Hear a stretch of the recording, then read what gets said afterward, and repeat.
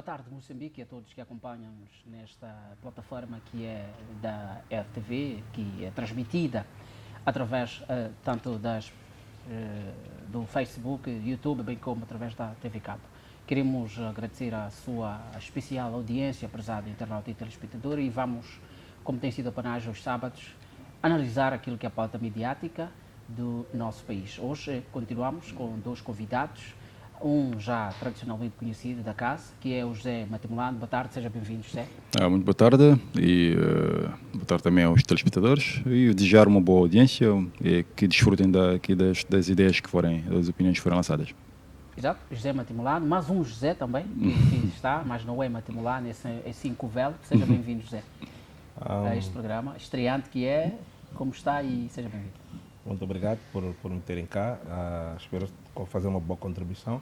Cumprimentar os telespectadores lá em casa e até a próxima semana, como nós estaremos, podemos também aproveitar e desejar um feliz dia de trabalhador a todos os trabalhadores. Exato. Vamos, obviamente, ter a oportunidade de poder despedir-nos na altura, quando fizermos as últimas considerações. Obviamente que o José Covelo vai também trazer aí alguma palavra para os nossos internautas trabalhadores neste que é esta efeméride que é comemorada amanhã, que é o Dia Internacional do Trabalhador.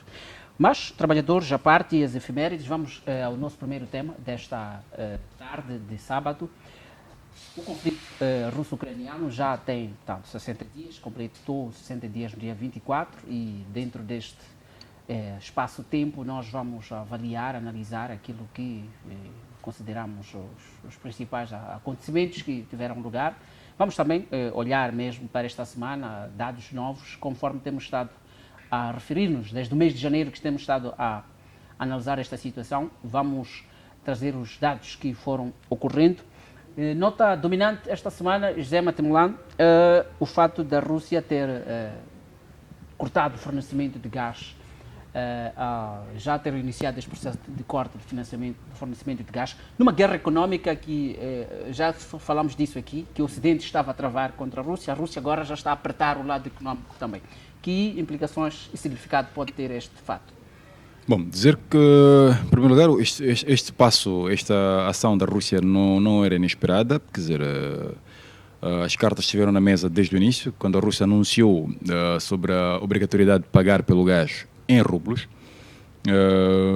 A sanção, a não aderência a este novo esquema, era mesmo o corte de fornecimento de gás. Portanto, a Rússia tem agora um argumento legal, quer dizer, que é a falta de pagamento. Não há pagamento, não há gás. E é engraçado que se nota agora a questão, quer dizer, que os países ocidentais, que a Polónia, não é? E a Comissão Europeia também diz que a Rússia está a chantagear e que está a infringir os termos de contrato em relação ao fornecimento de gás. Mas eles se esquecem que foram os primeiros que congelaram os assets, os ativos da Rússia, da Gazprom, não é?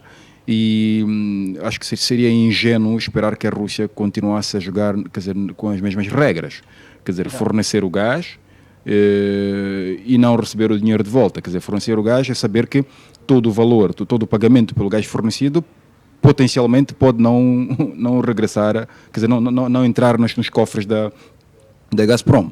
Então tinha que criar um esquema que assegurasse digamos, que o valor, né, estivesse em casa, né, que é a questão do rublo. Portanto, isto é aquilo que se esperava, não há nada de novo. O que estamos a ver, mas a volta disto é mais propaganda, e há muitos outros aspectos que mostram realmente que o Ocidente não tem alternativa ao gás russo. Isto é uma... Mas esta semana, tanto a União Europeia, Ursula von der Leyen terá dito que não há nenhum problema, estão preparados, a Europa está preparada, tem alternativas e que não causará nenhum impacto esta medida. Qual é a análise que faz em relação a isso? Este é um ponto, é uma pergunta muito pertinente, na verdade. De verdade, quer dizer, isto mostra, mais uma vez, tinha discutido com outro colega na semana passada sobre a questão da racionalidade, digamos, da Europa, dessas políticas, não é? Quer dizer, a gente pensa que eles sentaram, viram todas as consequências e previram, não é? E têm solução na mão. E não existe. É que escrevam isso, não existe hoje nenhum gás livre para se dar ao outro sem, quer dizer, sem ter que lesar um terceiro. Quando a von der Leyen, quando a Itália, Mário Draghi disse que já tinha encontrado uma solução para o gás, que não aderiria ao rublo, a questão do rublo, não é? E que ia comprar o gás da Argélia. Não porque a Argélia começou a tirar novo gás, porque a extração do novo gás implica muito investimento e tempo. Exato. A Argélia simplesmente começou a levar o gás que fornecia ao Marrocos pelo conflito que há neste momento entre a Argélia e Marrocos, não é? E que por sua vez era um gás que era destinado à Espanha. E dentro da União Europeia há um conflito entre a Espanha e a Itália por causa desta situação do corte de financiamento do gás da Rússia. Quer dizer, não um pagamento do gás em rublos na Rússia. Portanto, não existe. O gás norte-americano, sim, ele existe, não é? E também, claramente, que em termos de quantidade, fisicamente, não é capaz de cobrir aquilo que a Rússia fornece ao mercado europeu. E ainda que isso aconteça, já se sabe que o preço é 30%, 40% mais caro que o gás do pipeline russo. Portanto, simplesmente não existe. A Polónia e a Bulgária, que anunciaram o corte, a não adesão ao esquema de pagamento em rublos, estão a comprar o gás russo mais caro através da Alemanha. Da Alemanha e, se não me engano, da Grécia. Alemanha e Grécia é que estão a fornecer. A Gazprom notou uma subida na demanda do gás da Alemanha e da Grécia, justamente nas quantidades que a Polónia e a Bulgária necessitam. Exato. Muito bem. José Gonçalo, temos esta situação, desta guerra económica. A Polónia e a Bulgária foram das primeiras a serem portanto, sancionadas. Um alto dirigente russo terá congratulado, o presidente da Câmara da Duma, portanto, russa, terá congratulado esta medida e terá incentivado o presidente Vladimir Putin a continuar a alcançar esta medida a outros países considerados hostis. A Bulgária diz que tem reservas apenas para um mês para poder, portanto, conter esta ameaça. Depois disto, o que é que espera do ponto de vista de consequências, não só económicas? Haverá aqui um espaço para prováveis convulsões sociais na Europa devido a estas medidas? Uma das coisas que os analistas têm vindo a dizer acerca deste conflito é que a pressão económica nas economias vai fazer com que se 60 meses de negociação. Aliás, eu acredito que os russos têm essa cartada na manga e já sabem como a inflação ocorreu no Ocidente, preços de comida e toda a cadeia de valores e logística, como resultado do Covid e agora como resultado da questão da crise energética, poderão ditar esta aceleração. Aliás, os russos estão a contar com este cavalo de batalha para poder, como eu posso dizer aqui, usar como trunfo. Atenção que, voltando a esta pergunta, a Bulgária disse que não ia pagar porque era uma quebra de contratos, mas ainda quando vinha aqui a caminho de estudo, li há pouco tempo que a Eni da Itália já está disponível a pagar em rublos e que a Alemanha também estava disponível agora a pagar em rublos. Portanto, os russos usaram, eles tinham ameaçado no passado cortar da Alemanha se não pagassem rublos em 3 dias e depois não quiseram cortar da Alemanha porque eles fornecem quase 50% do gás para a Alemanha, que também teria algumas implicações para a indústria a nível mundial, e a Alemanha foi agora apanhada em um esquema em que comprava gás russo e também vendia algum equipamento essencial para armamento para a Rússia. Então, isto é que fez com que a Rússia talvez não apertasse no botão no caso da Ucrânia, mas usou a Polónia é o país mais antagonista da Rússia, de todos os países ocidentais, usou a Polónia e usou a Bulgária como um bode expiatório para que as outras economias ficassem alerta. E agora, depois disto acontecer, nós já temos aquelas economias que diziam, como a Holanda, como a Alemanha, que diziam que não haveriam de pagar o gás no esquema de rublos, a dizerem abertamente que vão pagar.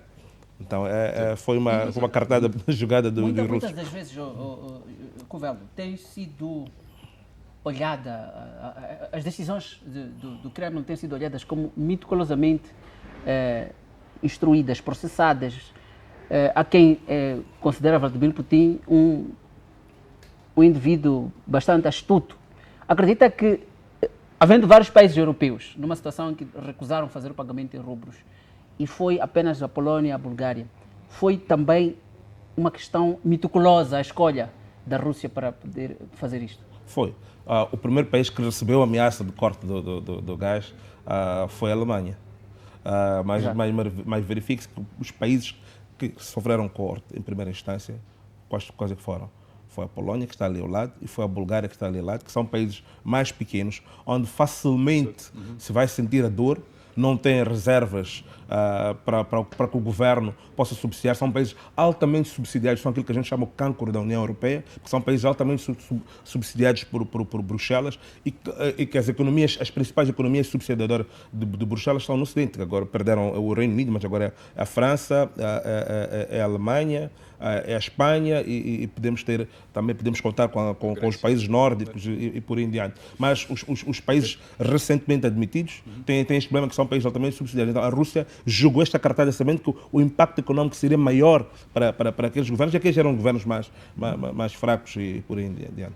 Muito bem, José Matomelão. Olha, a minha leitura, na verdade, difere-se um pouco desta abordagem de que a Rússia usou estes países para atacar como tal. É que sabemos, segundo a Bloomberg, cerca de 10 países, ou 11, se não me engano, que estão no processo de abertura das contas. Já abriram a conta. Já estão a abrir as contas, sim. Já abriram a conta em divisas, estão no processo de abertura da conta em rublos.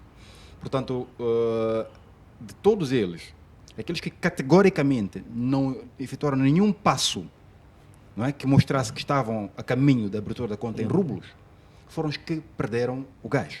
Portanto, é por isso que não houve aqui uma busca entre os países da União Europeia, quais é que deviam ser atacados em primeira linha. Eles olharam para aquilo que são as ações concretas para atingir este objetivo, que é abrir a conta em rublos. Mas este fator em si só não foi preponderante para terem sido estes mesmos a serem... Não, porque aquilo é quer dizer, como no mercado, as regras estão na mesa, os países que acham que querem continuar a ter o gás russo ao preço que tem, que abram as contas. Então, neste momento, quer dizer, em termos burocráticos, daquilo que são, quer dizer, os procedimentos para a abertura da conta em rublos, estes dois países é que não mexeram em pau nenhum. Não mexeram em nenhum, não levaram a cabo nenhuma ação que mostrasse aos russos que estavam a caminho disso. Os outros vêm falando aqui, aquilo que são opiniões políticas, não é?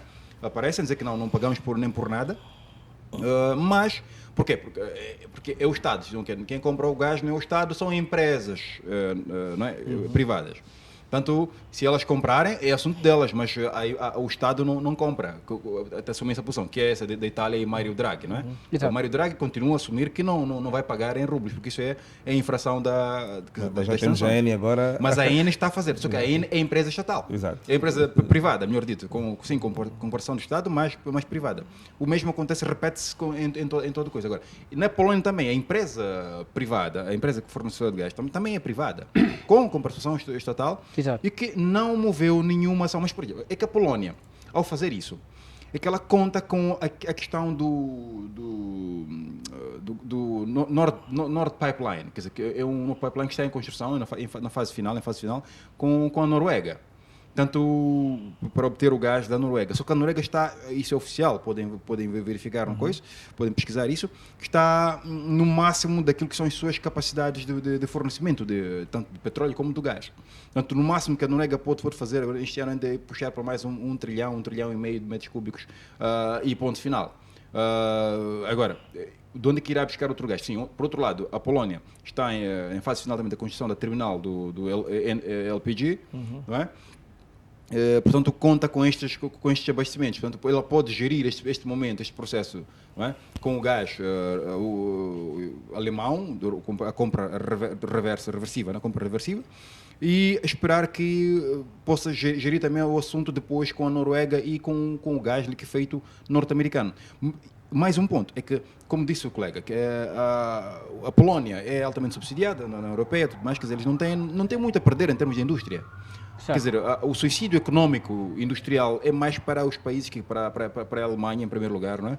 E para a Áustria, para a França, mas a França é outro assunto, podemos falar depois, que é mais indústria nuclear. Mas é que, em termos industriais, a Polónia não tem nada a perder. Por isso, o preço do gás, ainda que seja elevado, em termos daquilo que são produtos, não é, que a Polónia coloca no mercado, não está em condições de bombear como a Alemanha, como com a China, com os Estados Unidos da América. Então, A indústria doméstica. Exatamente. Então Não é muito forte, é por isso que essa eles conseguem, vão usando este jogo político, jogo informacional, de que, olha, a Rússia infringiu o contrato, e nós podemos viver sem o gás russo. Porque bom, a vossa indústria não é tal que dependa desse gás de tal maneira. A Alemanha já não pode conversar assim.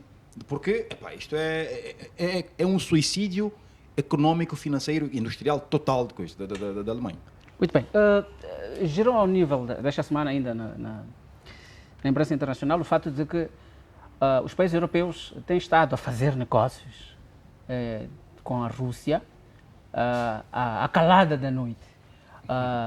Tem havido, portanto, foram rastreados navios russos. Percebeu-se de que entre abril e, portanto, em março deste ano, os volumes, há um dispositivo de rastreio que é desligado, portanto, para poder conceder esta energia, não é? Estas fontes de energia, portanto, petróleo principalmente, petróleo. Para os países europeus. A minha questão é, o que é que está a acontecer aqui, José Covello? De dia estamos numa situação em que há críticas veementes, há um posicionamento radical e de noite faz este tipo de negócios. Que característica de relações são estas? Há uma palavra muito simples, eu diria que é economia de mercado e a lei da procura-oferta. Olha, existem dois posicionamentos que os políticos europeus têm de tomar quanto à questão da guerra, do conflito Rússia-Ucrânia, quando tiver de escolher lados. Um posicionamento é aquele que é agradável para os seus eleitores, por causa do questionamento da narrativa que foi criada na mídia, e outra questão é a questão de salvaguardar aquilo que são as suas economias, que podem entrar num colapso total se não tiverem o petróleo e o gás da Rússia na cidade energética, mas também se não tiverem a ureia da Rússia, se não tiverem o trigo, se não tiverem o arroz. Sabemos que a Rússia é o maior produtor e fornecedor destes produtos. Há pouco tempo, quando ouvi dizer que há de haver uma crise de óleo de cozinha no mercado, porque a flor de girassol e de soja, que a Rússia é o maior produtor e distribuidor, está a escassear, e a Ucrânia é o terceiro maior, está a escassear no mercado. Portanto, os Estados Unidos é altamente autossuficiente quanto ao aspecto de energia, é autossuficiente quanto ao aspecto de produção de comida para si mesmo. Até os Estados Unidos estão a enfrentar alguns entraves agora, porque a ureia, 70% da ureia que compram é da Rússia, mas mesmo assim eles têm uma autossuficiência. Mas os europeus que se veem agora a ter de estar alinhados com os Estados Unidos e a ter de estar alinhados com uma opinião pública que se criou por causa de uma narrativa no princípio da guerra, tem agora este dilema. Como é que a gente faz para resolver os problemas económicos que a gente tem, que são problemas do dia a dia, que vão afetar o cidadão e que até vão criar convulsões sociais e vão impedir a manutenção dos governos do dia no poder. Então, esse é o esquema que está a desenrolar. Nós agora só vimos aquilo que é o pico do iceberg. Ainda não sabemos. Acho que uma investigação mais detalhada pode revelar que muita mais coisas ainda está acontecendo por debaixo da superfície. Exato. Isto quer dizer que, então, a Rússia disse que estava preparada para todos os efeitos de tudo que fosse sanção e consegue.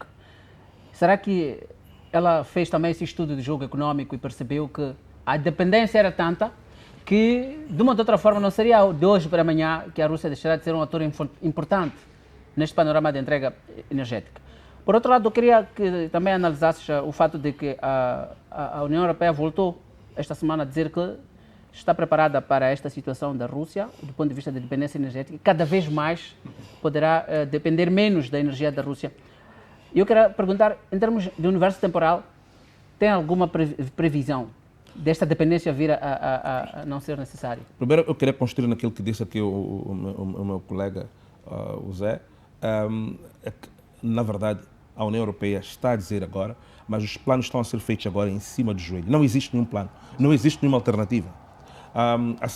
O segundo facto é que tu tens um push muito grande na Europa para energias limpas e das energias fósseis, o gás é uma das energias mais limpas que tu tens. Então, a Alemanha, por exemplo, que desmantelou toda a sua base de energia nuclear e uma série de países que fizeram a mesma coisa, não vão voltar agora porque os movimentos verdes têm muito poder dentro dos seus países e não vão voltar para trás. Agora, a Rússia sabia disto. Existe uma narrativa na mídia ocidental que tende a pintar a Rússia como aquilo que eles chamam em inglês de boogeyman. E é um lobo mau que não pensa, que só derruba, que faz essas coisas. Não. Exato. Este conflito, nós temos que saber que este conflito começou em 2008, na altura da primeira administração Obama. E a administração Biden, se vamos ver, é uma administração Obama 2.0. Tanto mais que Obama não saiu de Washington. Exatamente. Mas os russos já tiveram, estavam preparados para isto. Na altura do Trump, eles conseguiram, os Estados Unidos moderou e conseguiram ter lá os acordos de Minsk, que é os acordos que os russos pedem para que se volte, aqueles acordos. Então, isto foi uma coisa muito bem pensada e com muita estratégia. Olha, a Rússia tem um historial de tomar medidas e passos estratégicos a partir do tempo da Guerra Fria, onde tem centros de estudos apurados, geopolíticos, capazes de estudar e prever isso. Para além disso, era muito ingênuo das economias ocidentais pensar que um país que é responsável por grande parte da cadeia de valores, logística, alimentar e também energético, e que é a 10ª maior economia do mundo, haveria de simplesmente ter um colapso e que este colapso não havia ter um efeito para toda a cadeia. Então foi uma coisa não muito bem pensada. Não muito bem pensada, muito bem.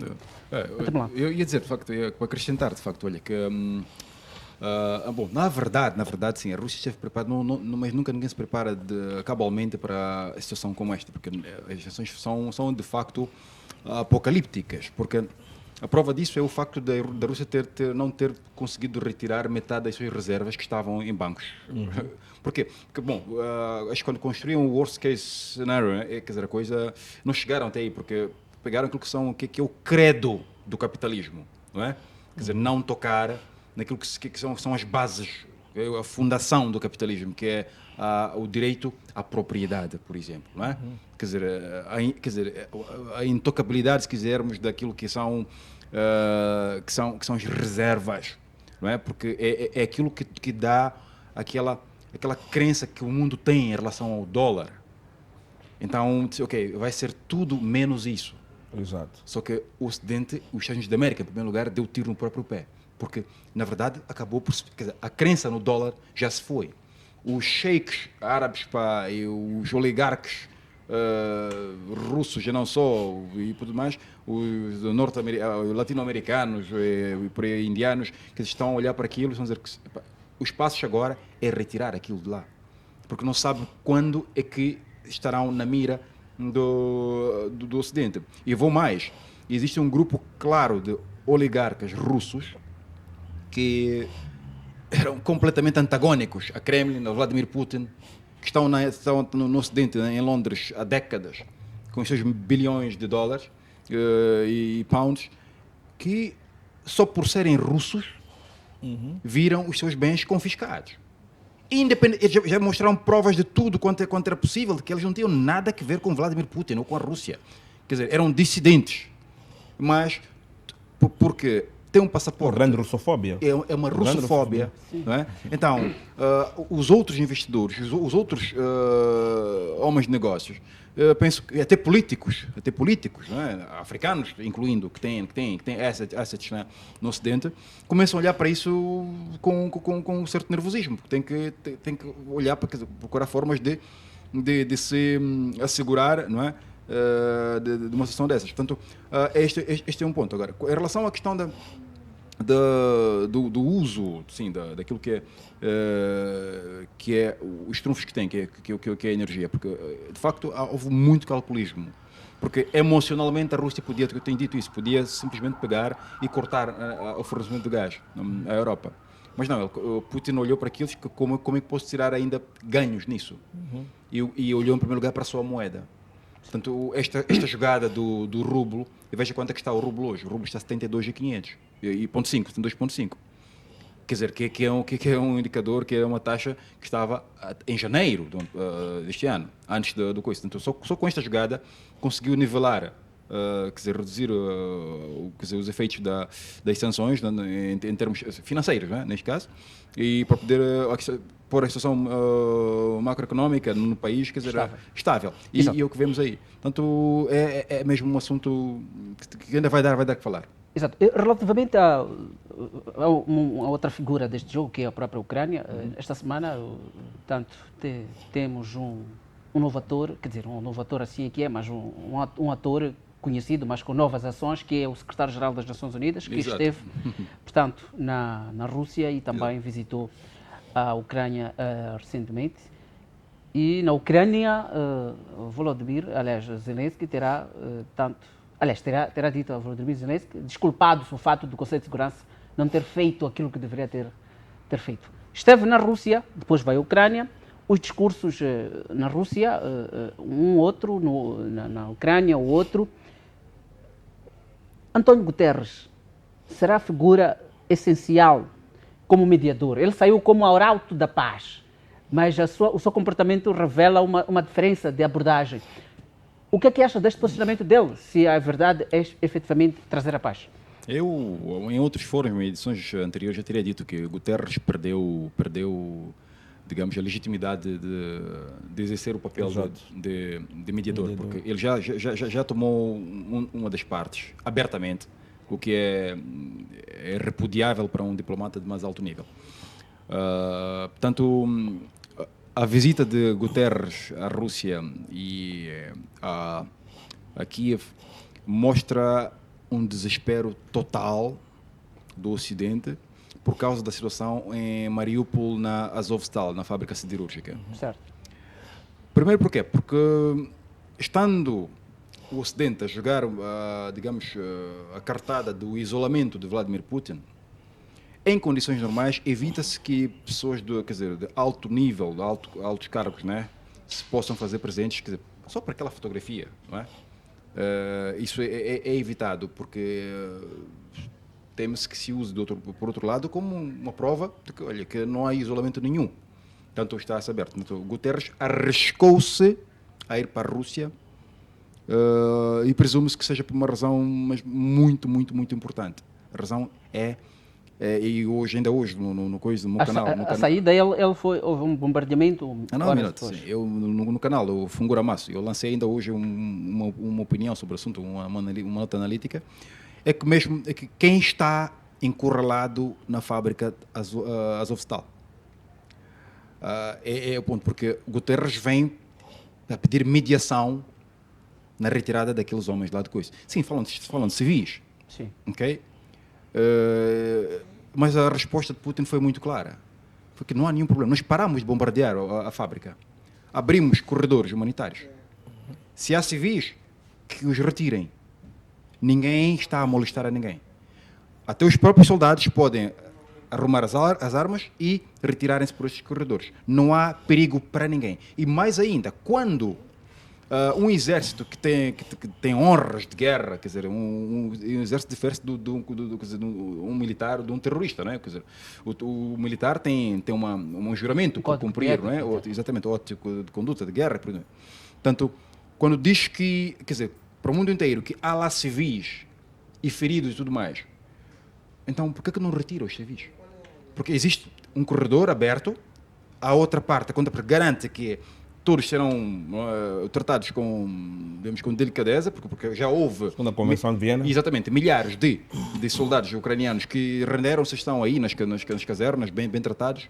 Então, por que os russos iam maltratar os civis que estão lá? Então se eles não saem, porque estão a reter os seus civis. A retenção de civis para a sua autodefesa é terrorismo.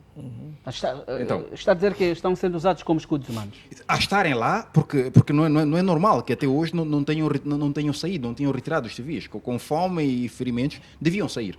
Não está a coisa. Então, a questão que se coloca é: quem são os que estão lá dentro? Porquê? Porque mesmo o comandante do exército ucraniano que está lá preso, encurralado em Azovstal, faz questão de pedir a mediação internacional para que eles possam para que eles possam depor armas num país neutro, terceiro, ou a Turquia ou a Polónia, por exemplo. Mas olha, parte do princípio que estão lá soldados ucranianos. Por que tem que ir à Turquia ou à Polónia? Portanto, é só render-se e voltarão para Kiev, se quisermos assim. Então, há aqui, o tempo vai revelar, não é? Então, agora, é por isso que, e foi um fiasco, só deu espaço ao Vladimir Putin, de mais uma vez, diante, quer dizer, olhos a olhos, né? Olho a olho, dizer ao Guterres, explicar-lhe, aquilo foi impressionante, porque aquilo pareceu uma lição a um miúdo, né? Na escola, sobre do direito internacional, sobre a questão a questão do precedente do Kosovo em relação à Crimeia e em relação às repúblicas de Donbass. Certo. E quando o Guterres reclama que ele não foi convidado para a mediação do conflito, quer dizer, na verdade, não está a dizer de todo a verdade, porque ele tinha tudo na altura para fazer com que os acordos de Minsk fossem implementados. Existem outros meios, outros mecanismos da ONU para forçar que Kiev ou o grupo de garantia de Normândia, que é a França e a Alemanha, obrigassem Kiev a implementar os acordos de Minsk. Muito bem. Covelo, novamente a questão do papel de Zelensky neste assunto todo. Temos aqui o fato de que recentemente também terá conversado com a União Africana na perspectiva de haver algum tipo de mediação. Gostaria de tentar compreender a sua opinião em relação à relevância da União Africana como um ator preponderante no cenário internacional, tendo em conta as várias vezes que os próprios conflitos em África, a União Africana não conseguiu dirimi-los ou ter um papel fundamental. Mas qual é a sua visão em relação a isto? Pronto, uma das consequências que esta guerra vai ter é uma nova ordem mundial. E há uma percepção agora, se formos a ver o senhor Anthony Blinken e a ministra de Negócios Estrangeiros da Grã-Bretanha, o próprio Biden, Anthony Blinken, o Boris Johnson, fizeram muitas aberturas e muitas viagens a países considerados líderes do sul global. Então, os países considerados líderes do sul global são a China, onde eles estiveram aqueles 2-2, e são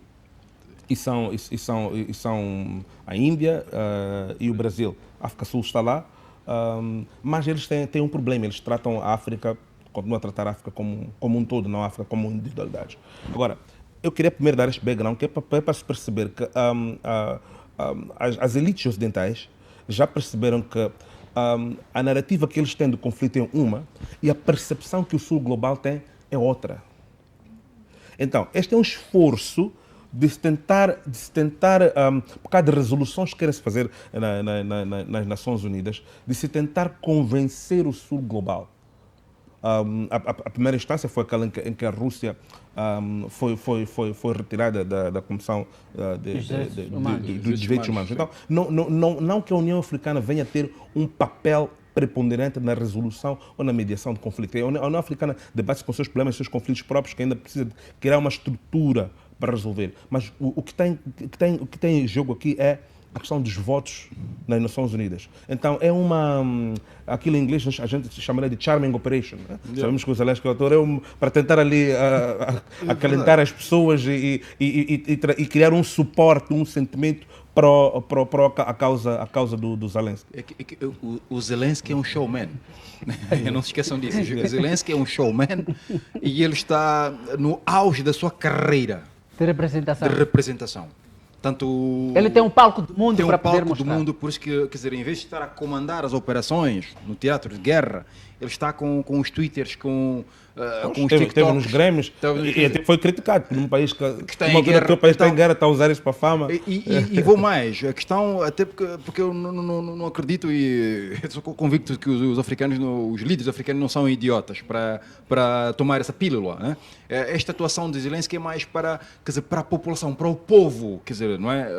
A sociedade mundial, não aquela que toma decisões, mas para o cidadão comum formar a sua opinião em relação ao conflito que está a acontecer. Mas os líderes africanos sabem muito bem qual é o papel de Zelensky. E Quênia foi muito clara em relação a isso, quando negou o palco a Zelensky no seu parlamento, escolha. Qual é a relevância? Existem outros canais, não é? Existe o Ministério dos Negócios Estrangeiros, da Defesa, e o governo está aí, então podem tratar disso bilateralmente e não aparecer aqui no Parlamento. O Parlamento queniano, quer dizer, negou o palco a Zelensky. Portanto, não é mais do que... O que assusta mesmo ao Ocidente é este não alinhamento. Exato. Este não alinhamento do Sul global. Não são os países africanos. Do Sul global.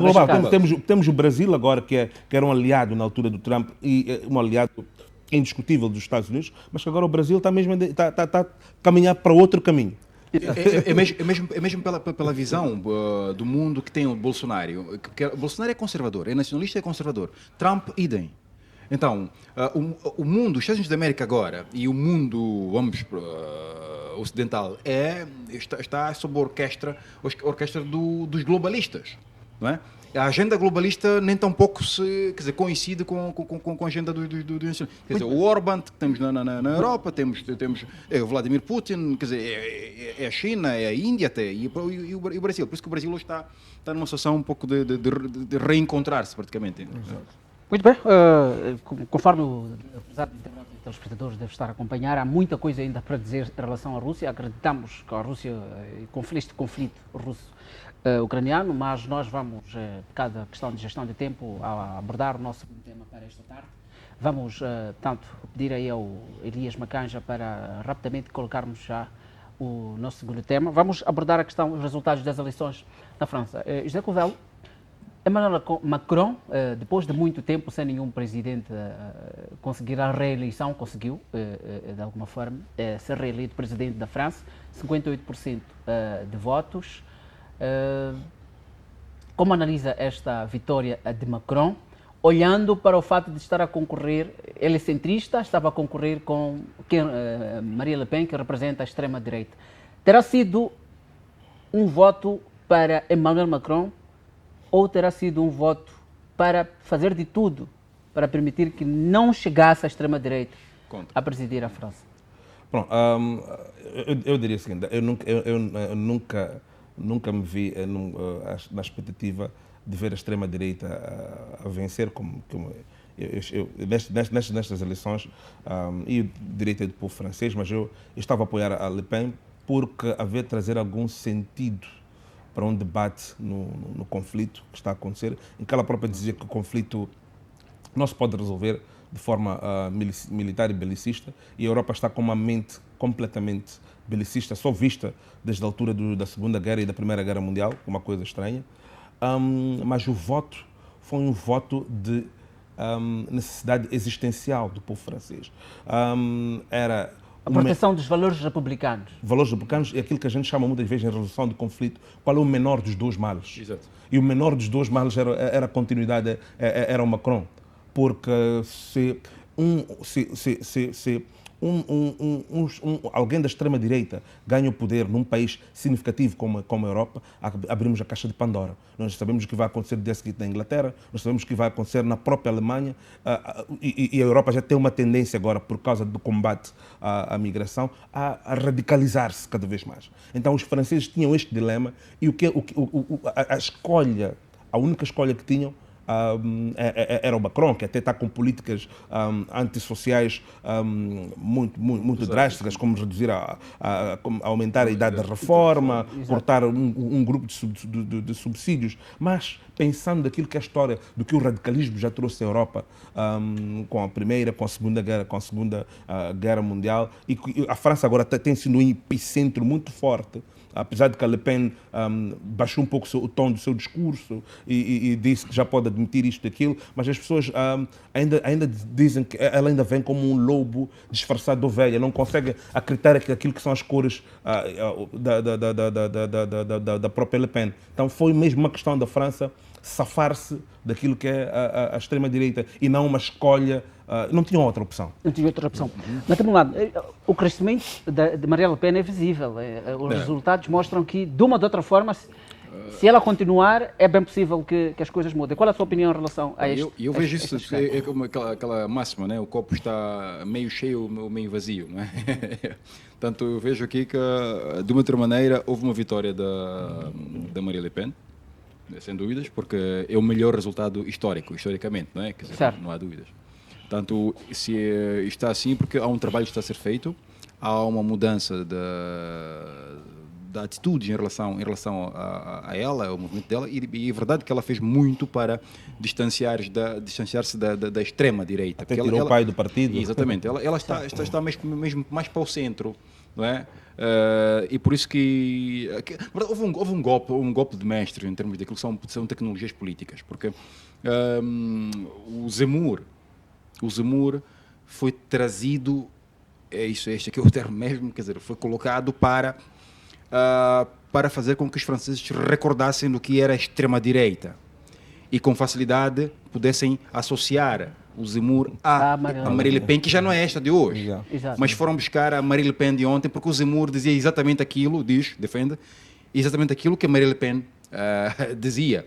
Mas a Le Pen já não diz aquilo. Portanto, quer dizer, uma cajadada, dois coelhos. Por um lado, é a retórica, a narrativa extrema, não é? Que Zemmour traz e que depois aquilo associa-se a Le Pen. Por outro lado, é um grupo do eleitorado que o Zemmour próprio carrega, não é? Leva da Le Pen. Portanto, houve um golpe de mestre. E mais ainda um terceiro fator, que é a questão do recurso administrativo. Portanto, não só francês, mas sim da União Europeia. Toda a União Europeia, quem assistiu, quem viu aquilo que é a campanha eleitoral, em termos de programas analíticos, noticiosos, a Le Pen era simplesmente espanqueada. Por quê? Porque a Europa acaba de ver um cenário onde líderes nacionalistas, os que são tidos como autoritários ou da extrema-direita, da direita pelo menos, venceram retumbantemente nas eleições, que é a Hungria, o Orbán e o Sérbio. Né? Tanto, e a Europa olhou para aquilo e disse que não. Então, com muita atenção, esteve a olhar para a situação das eleições na Espanha, na França, e tivemos o resultado que tivemos. Portanto, na verdade, o Zé, quando diz que, de facto, a esquerda-direita iria abrir uma caixa de Pandora, na verdade está a confirmar aqui a tese de que, bom, o que está a governar, quem está a governar é o lobby globalista. Porque, na verdade, está-se numa situação hoje, na Europa, em que a salvação está no nacionalismo. Certo. Porque a soberania dos países está em causa. Portanto, os países são obrigados, à luz de um decreto, à luz de uma lei centralizada de Bruxelas, a ter que abrir os seus cofres, não é? Para dar a tudo e todos. Não é? E para subsidiar, não é? Os países menos favorecidos. Portanto, e mais uma prova de que, na verdade, isto é uma ditadura globalista, uma ditadura liberal, ou, se quisermos, democrática, é o facto de agora, da Comissão Europeia ter aberto já o mecanismo de sanção à Hungria pela não acessão, quer dizer, pela infração dos valores. A Hungria, Polónia. A Hungria, Polónia, não é? Tanto, quer dizer, poderão não receber os tais subsídios, não é? Previstos. Portanto, é uma situação muito complexa. Portanto, o que vemos agora, como podemos ver, é que a Marine Le Pen, de facto, nas próximas eleições, ela que já parte na pole position, não há dúvidas, e o Macron não tem muito que fazer que possa mudar qualitativamente para a melhoria, quer dizer, a vida dos franceses, porque tem que primeiro lidar com as consequências do conflito na Ucrânia, que haverá aqui há um remake daquilo que é a ordem global económica, em primeiro lugar.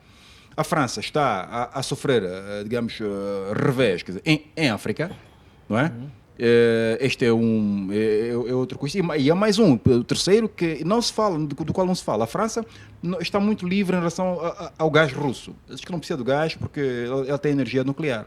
Exato. Mas, e está assim como os Estados Unidos da América e a Europa, 60% do urânio enriquecido vem da Rússia.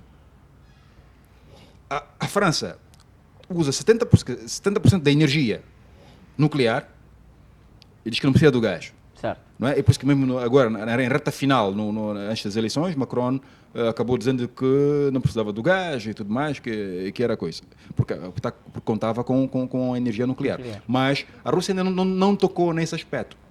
Porque há urânio em muitos países, mas capaz de enriquecer o urânio, quer dizer, com uma tecnologia já montada, como tal, é a Rússia. É por isso que mesmo os Estados Unidos da América, nas suas sanções, retirou a questão do urânio. O urânio não está contemplado. Portanto, é um trunfo que a Rússia tem e ainda nem está a usar. Falando de trunfos com a Rússia, Covelho, analistas apontam o fato de que o voto pró-Macron é efetivamente para resguardar os valores europeus, pró-europeus principalmente, e ele conseguiu fazer isto principalmente por causa deste conflito. A ida dele a Moscou para conversar com Vladimir Putin trouxe uma segurança de que é um líder que pode dialogar. De uma ou de outra forma, entrou na equação de que visitar Putin acaba trazendo bons resultados para quem está em campanha eleitoral. Falo isto referindo-me ao Bolsonaro, que depois de ter mantido encontros com Vladimir Putin, acabou aumentando também a sua popularidade numa situação de preparação de eleições. Estou aqui a tentar trazer essa visão dos europeus para poder resguardar os valores europeus e também gostaria que olhasse para a questão da abstenção. O valor é um dos valores mais altos dos últimos anos, a abstenção nessas eleições da segunda volta. Que mensagem poderá ser a significar a abstenção também num país que é fundador da República, aquilo, em termos históricos? Pronto, vou começar pela questão da visita do Macron e a correlação com aquilo que é a sua eleição. Apesar da narrativa da mídia ocidental, uma narrativa que muitos acreditam até que é patrocinada anti-russa, o povo europeu no dia a dia, eu tenho no meu canal tenho interagido com muita gente, ainda procura uma solução dialogada. Existe essa racionalidade de que este conflito não se vai resolver alimentando o complexo militar americano e fornecendo mais armas à Ucrânia, que é equivalente a lançar mais petróleo à fogueira e que não vai ter solução. E existe também, os europeus estão cientes de que se for existir uma guerra, esta guerra não se vai lutar do outro lado do Atlântico. Vai-se lutar no continente europeu. As principais primeiras vítimas são os europeus. Então, eles é que têm a primeira questão como a questão de segurança. A primeira questão vem ser eles, não a 50 mil quilómetros em Nova Iorque ou por aí. Então, o Macron percebe que existe essa base. Então, percebe que esta base e algumas das suas elites francesas precisam de um conflito, de um fim a este conflito. Porque este conflito também começa a pôr peso ao seu bolso. Apesar de Macron dizer que não precisa do gás, o Macron precisa de diesel, precisa de combustível nas viaturas, precisa do jet fuel. Então, e quem oferece melhor agora no mercado? Quem oferece via torneira? É a Rússia. A Alemanha tem um pipeline que sai da Alemanha a partir do Nord Stream, que alimenta, aqui são os depósitos de combustível da França e dos países. Eles têm este acordo. Uma coisa em tempo de campanha é demagogia política, que a gente pode falar para promover algum ganho, mas em termos daquilo que é o efeito no dia a dia, nesta guerra, as economias e os economistas estão a ter um TPC nunca antes visto, em que estão a ter em cima dos joelhos, desculpa a expressão, mas é isso mesmo. ter de rabiscar e alterar quase sempre. E alterar quase sempre. Exato. Não temos muito tempo, eu vou deixar-vos para últimas considerações. Na verdade, eu ia rematar um aspecto muito interessante em relação à questão da guerra que potencialmente poderá eclodir na Europa. Temos aqui dois atores principais. Primeiro temos lá o rei, se quisermos assim, e o seu vassalo, não é, imediato, quer dizer, o rei dos Estados Unidos da América, o vassalo imediato que é a Inglaterra. Que estão a incendiar o teatro de guerra europeu. A Inglaterra está na ilha, está nas ilhas, ok? Não há coisa. Eu remeto aos leitores, aos jornalistas que vejam, que analisem o último discurso da Liz Truss.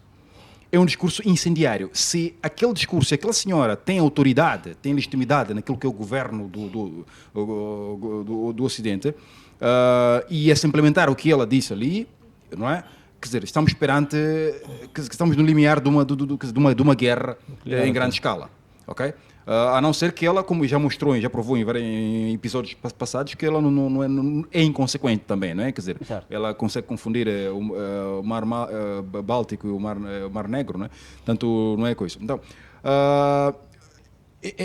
estamos aqui numa situação em que a Inglaterra está a repetir quer dizer, a história da Primeira Guerra Mundial, quando conseguiu desintegrar 3 grandes impérios, provocando a Primeira Guerra Mundial. Portanto, tem a questão do Império Austro-Húngaro, o Império Otomano e o Império Russo, Exato.